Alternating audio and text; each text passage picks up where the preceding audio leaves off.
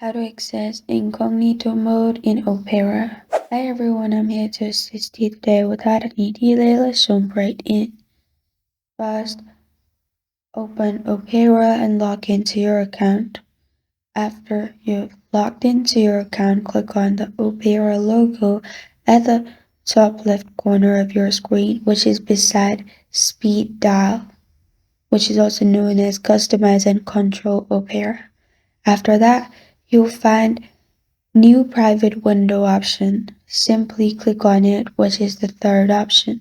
After that, your incognito mode will be turned on in this way. You can search anything you want at the top as well. And this is how to access incognito mode in Opera. Thank you for joining me today. If this video helps you out, please leave a like and subscribe for more.